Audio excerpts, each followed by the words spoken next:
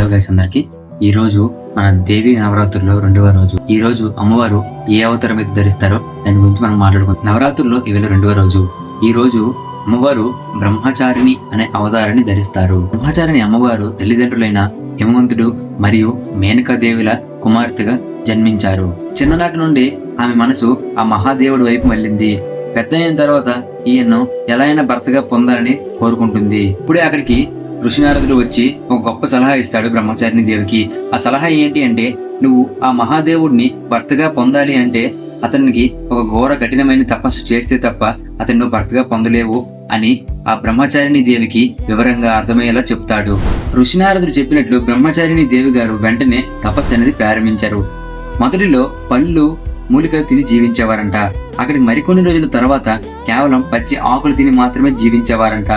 అక్కడికి మరి ఇంకా కొన్ని రోజుల తర్వాత ఆహారం నీరు కూడా మానేసి అనేక సంవత్సరాలు వాళ్ళు కఠోరమైన దీక్ష చేశారు. ఇళ్లలో మంచులో వర్షంలో నడుచుకుంటూ పాదరక్షణ కూడా లేకుండా కేవలం ధ్యానంలో మునిగిపోయింది. చివరికి ఆ మహాదేవుడు ఈమె భక్తి తపస్సుకి ప్రత్యక్షమై ఈవిడ్ని భార్యగా అంగీకరిస్తాడు.